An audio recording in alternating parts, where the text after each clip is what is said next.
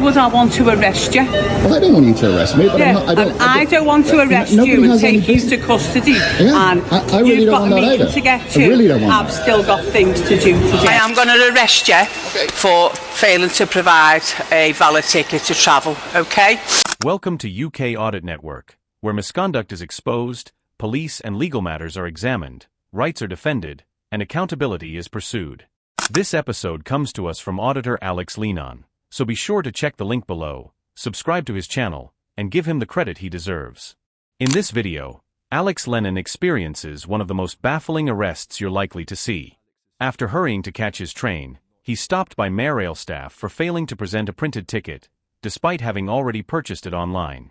What should have been a straightforward civil misunderstanding quickly spirals when British Transport Police arrive and completely overreact. Instead of applying basic reasoning, one officer escalates the situation into a full custodial arrest simply because Alex refuses to hand over his personal details to staff and private security. Paid the money. You haven't. You can refund I have paid the money. You're not listening. You're shutting your mind. You're not open-minded. So you're just tunnel vision what are you trying to tell me? We'll let the police come, the British We'll let the Transport British Police. Transport Police We'll come? get your details. Well, they will they will arrest me. They'll get your details. They will arrest me. Oh, but you're not going to give them your details. If they arrest me, then I will give them my details. I'm being denied exit from the station. Right, have you purchased a ticket Yes. where you boarded the train? I purchased the ticket and I can show evidence of that. Right, have you printed that ticket I wasn't off? able to get it printed, no. Right, is there a reason why you were unable to get it printed I was running off? for the train. I have to be in a really important meeting in Reading, and I had to run to get the train because it was going to cause me enormous problems if I didn't get that train and was delayed for that really important meeting in Reading. Right. And I thought, quite reasonably, that I've paid for a ticket. Yeah. I can prove I paid for a ticket. I can prove I've got the code for the ticket. And I literally, as I've said to these people, all I need to do is to go there to get that ticket and to show these people the ticket that I have purchased and paid for. From the outset, this should have been resolved in moments. Alex calmly explains that he has already paid for his ticket but didn't have time to print it because he was rushing. He has the booking confirmation on his phone, the reference code, and is standing beside a ticket machine where he can print it immediately. That's not fair evasion, it's practicality. What makes the situation worse is that Alex is being transparent and cooperative, actively offering proof of payment on the spot. Any reasonable member of rail staff or officer could have checked the booking, confirmed payment, and allowed him to continue his journey. Instead, what should have taken half a minute turns into needless confrontation. I understand their reasoning. All I'm saying is I've paid for a ticket, so my belief is that in law I can show I've had no intent to defraud anybody. Yeah. I haven't travelled this network trying to travel without a ticket, and I can evidence that. And so I did not intend to give these people my personal details. I don't believe they're empowered to take them, and I'm not going to give them to you. Should you, of course, arrest me, I will, of course, give you my personal details, and I will abide by the empowerment that you have. But I think, frankly, I can travel the country, I can go to Reading, I can go to Manchester, I can go all over the place, get a ticket, I can tap my phone on devices. It's only here in Liverpool that we seem to have this archaic system with these people who cause these problems for people who are just trying to pay for tickets and go about their daily business, minding their own business, which is all I'm trying to do. Right, okay. Obviously, when you do purchase your ticket on the train line, you do have to tick to the terms and conditions that you have to print it off. I don't know, nobody ever reads that stuff. As you say, on this network here for Merseyrail, they do require you to have the said ticket printed off, ready for inspection at the gate or at the barriers. The officer attempts to justify the escalation by referring to Merseyrail's terms and conditions, arguing that Alex agreed to print his ticket when purchasing online. But Alex rightly points out that few people scrutinize every line of fine print. Moreover, Merseyrail's own guidance states that only certain tickets purchased through third parties require printing before travel. If Alex bought his ticket directly and can verify payment, that argument weakens considerably. What the officer overlooks entirely is intent. Alex isn't trying to avoid paying or slip through the system. He's offering to print the ticket immediately. That shows cooperation, not deception. This isn't about unpaid travel. It's about rigid rule enforcement replacing reasonable judgment. What I would say is that, anybody can have a policy. Anybody can make a rule. Yeah? Doesn't mean it's a criminal offence, doesn't mean it's a civil offence. I don't believe I've committed an offence. I mean, they may think I've broken their procedures and policies, that's fine. I don't believe I've committed any offence because I've paid money for a ticket to travel and I can prove that. Yeah, so where is my offence? No, but you have got your ticket, but you've not printed the said ticket off. So where's my civil or criminal offence? But you should have printed it off before you travelled. You could say you've got to stand on... Sorry to interrupt. No, it does say, obviously, on the train stations and on the trains, that you have to have your ticket ready to present to these guys.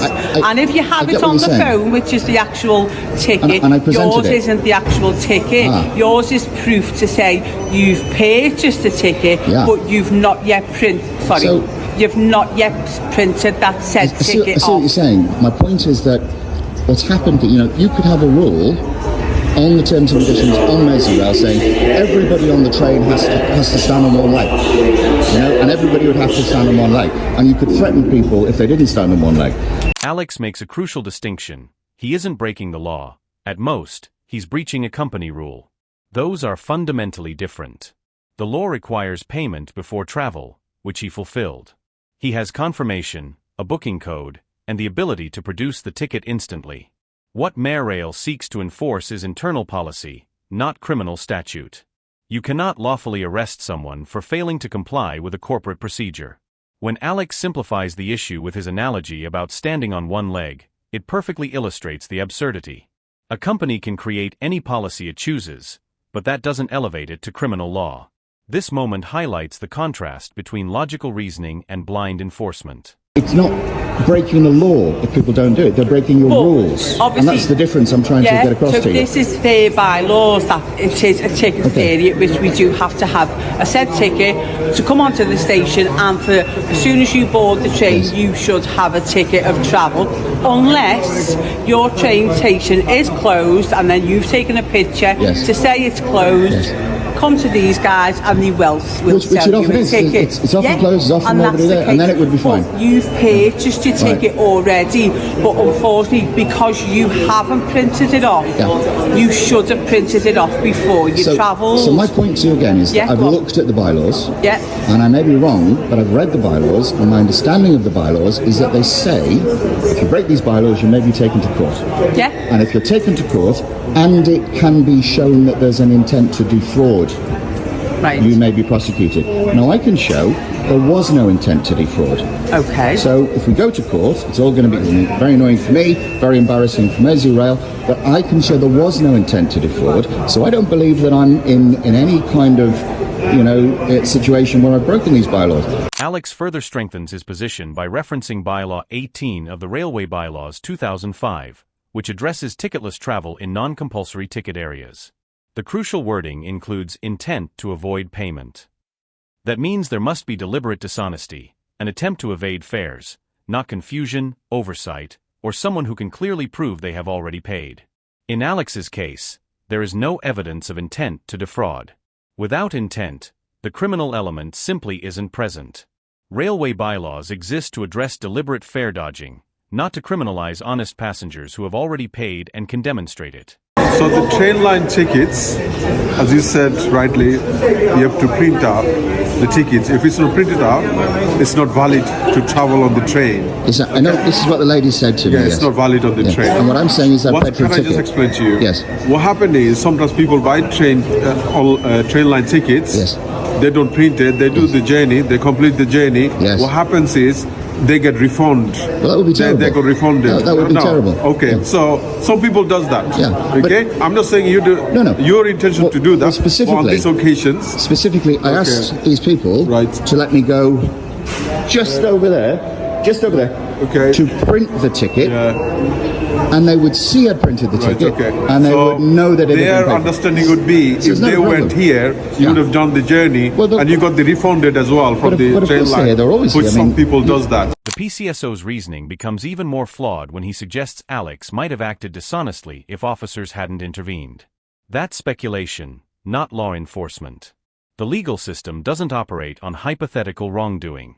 You cannot accuse someone of fraud based on what they might have done in an imagined scenario. Alex's willingness to print his ticket immediately beside the machine completely undermines any suggestion of dishonesty. In fact, if he were attempting to cheat the system, Insisting on printing proof of payment in front of officers would be the last thing he would do. The accusation collapses under its own logic. You can't deal with them as a civil matter, as you said. Yes. Yeah. You can give your details to them. Well, I'm not going to do that. And if you don't, then the police get involved. Yep. Police get involved. As indeed the criminal matter. Yes. Where it's dealt as a ticket fraud. Yeah, and that's what we're going to do. Yeah. Because I'm not giving these people my details. Because I've paid for a ticket. This is what's happening now. There cannot be ticket fraud.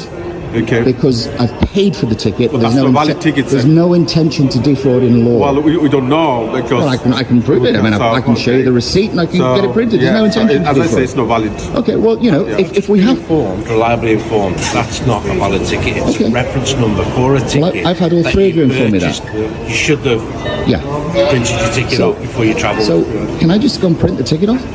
No, you should have done it before you travel. Oh, I see. So you can't travel without so you're going to take me to court because you won't let me print a ticket. Okay, well, let's do it then. What do we do next? Obviously, you need to provide your details to these people here.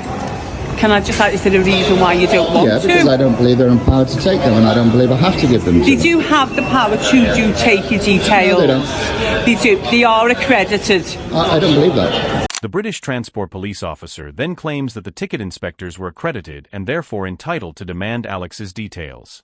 That assertion is incorrect. Ticket inspectors are not police officers. Their authority under railway bylaws is limited. They may request a name and address only when they reasonably suspect intentional fare evasion. That threshold is clearly not met here. What compounds the issue is the officer's unquestioning acceptance of the inspector's claims.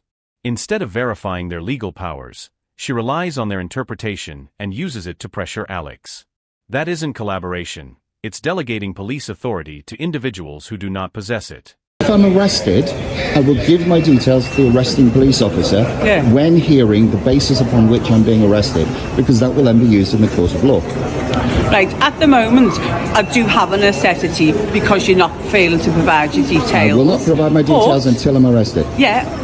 Why would I want to arrest you? Well, I don't want you to arrest me, but I don't want to arrest you and take you to custody. Yeah, and I really you've don't got want a that meeting either. to get to. I really don't want I've still got things to do today, obviously. I'm not going to be pressured into giving people my details. I have a right the right to privacy. I will not give people my details and they're pressuring me to do that. I don't believe you have a right to take my details until you arrest me.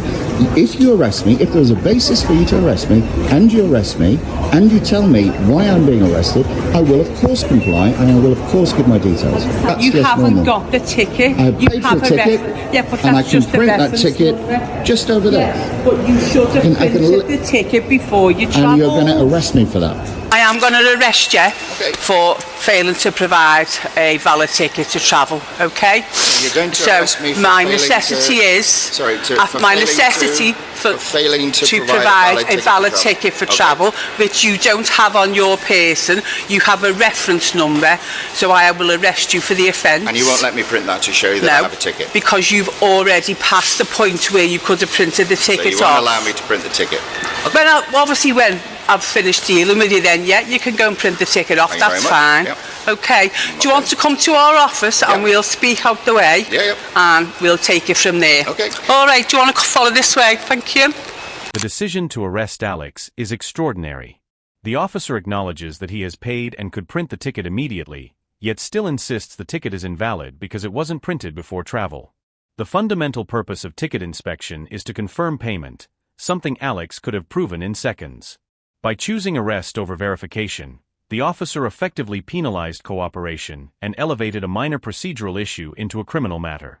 A situation that could have been resolved through discretion instead became an unnecessary custodial intervention. Alex's later update underscores just how disproportionate the response was. After arresting him, conducting an interview, and then de-arresting him, officers ultimately did exactly what Alex suggested from the beginning: walked him to the machine to print his ticket. It demonstrates a troubling absence of proportionality in how British Transport Police handled the incident. Rather than exercising judgment and resolving the issue efficiently, they defaulted to rigid enforcement. The fact that an arrest occurred before allowing him to prove payment illustrates how procedure, when applied without reason, can undermine fairness. Legal commentary on the case clarifies the distinction perfectly. Purchasing a ticket is a legal requirement because traveling without payment can constitute an offense. Printing the ticket, however, is a bylaw condition rather than a criminal statute. That difference matters enormously. Failing to print a ticket does not automatically equate to fare evasion. At most, it may provide grounds for prosecution if intent to defraud can be demonstrated. In Alex's case, proof of payment was readily available, meaning the foundation for any criminal allegation was extremely weak. The absence of subsequent prosecution further confirms how fragile the initial grounds were. Alex's final response brings everything into focus. He remained confident throughout because he knew he had paid, had no intent to deceive, and understood that any court would likely dismiss the matter. His reference to the single justice procedure is particularly telling, a mechanism that could have processed a fine with minimal scrutiny. By challenging the situation instead of accepting it quietly, Alex exposed how administrative processes can sometimes be used to push questionable enforcement. What began as a simple ticket dispute ultimately revealed something broader: how easily corporate policy and police authority can blur when common sense and accountability are set aside.